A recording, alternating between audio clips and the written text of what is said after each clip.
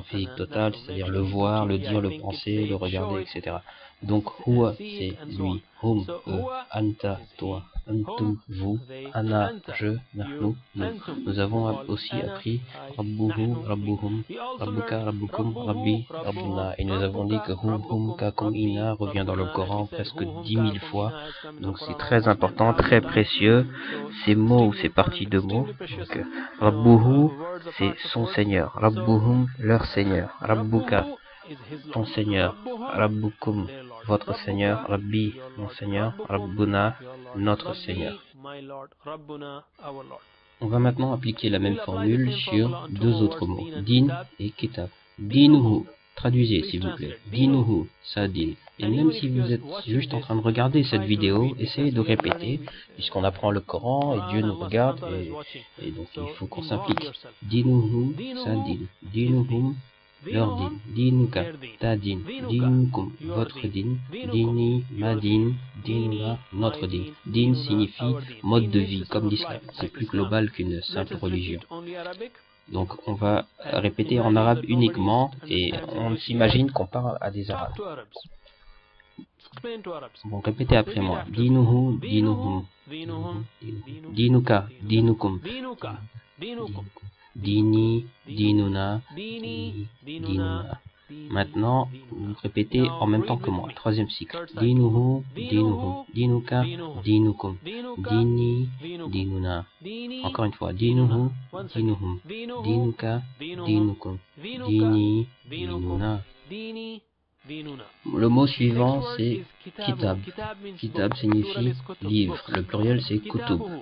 Kitabuhu, son livre. Kitabuhum, leur livre. Kitabuka, ton livre. Kitabukum, votre livre. Kitabi, mon livre. Kitabuna, notre livre. Maintenant, parlez à des arabes.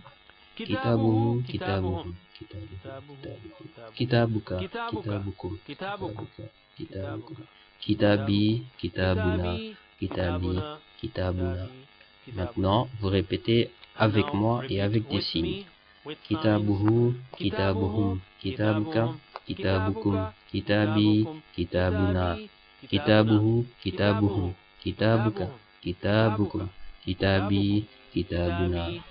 Aujourd'hui, on va aussi apprendre le genre féminin, une des formes du genre féminin. On a appris huwa, qui signifie lui ou il. Hiya signifie elle. On utilise la main droite pour le masculin et la main gauche pour le féminin. Huwa, c'est lui, et hiya, c'est elle. De la même manière, Rabbuhu, c'est son Seigneur, Rabbuha, c'est son Seigneur à elle. Comment se souvenir que Ha, c'est le féminin? Souvenez-vous juste des sahabis et des sahabias. Abu Bakr, radiyallahu anhu, que la satisfaction de Dieu soit sur lui, et Aïcha, radiyallahu anha, que la satisfaction de Dieu soit sur elle. Donc, hu, c'est masculin, et ha, c'est féminin. Radiyallahu anhu, radiyallahu anha. Donc, Rabbuhu, c'est son Seigneur à lui, et Rabbuha, son Seigneur à elle. Et dinuhu, c'est sa religion à lui, et dinuha, sa religion à elle. Et kitabuhu, c'est son livre à lui, et donc ce sera kitabuha, son livre à elle, son kitab à elle. Autre chose qu'on va apprendre, donc on sait à partir des prénoms musulmans que on a Khalid, Khalida, Sajid, Sajida, Abid, Abida, Hamid, Hamida. De la même manière pour les noms, genre masculin, féminin. Muslim, Muslima. Donc, qu'est-ce qui sera le féminin de Mu'min? Mu'mina, Salih, Saliha. Kafir, kafira, mushrik, mushrika, munafiq, munafiqa. De la même manière, pour le pluriel féminin, la plupart des formes que vous allez rencontrer, par exemple, muslim, le pluriel c'est muslimat. Donc pour mu'mina, mu'minat, mushrika, mushrikat, saliha, salihat, kafira, kafirat, munafiqa, munafiqat. Donc on va finir avec un conseil d'apprentissage. De quoi la mémoire se souvient-elle? D'après la recherche scientifique, de 25% de ce qu'on lit.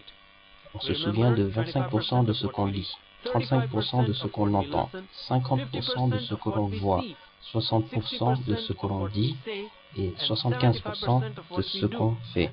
et 95% de ce qu'on lit, entend, voit, dit et fait. Donc c'est pourquoi on insiste sur le TPI, l'interaction physique totale. Quand on pratique Rabbuhu, Rabbuhum, Huwahum, etc., ça nous permet d'y penser, de le voir, de l'entendre, de le dire, de le montrer, etc. Donc Inch'Allah, ça rendra notre apprentissage beaucoup plus facile. Donc repassez bien cette leçon, essayez de faire vos devoirs. On demande à Dieu de nous donner le tawfiq, la réussite, pour appliquer ce que le Coran nous demande, comprendre, le lire, le réciter, le mettre en pratique, etc.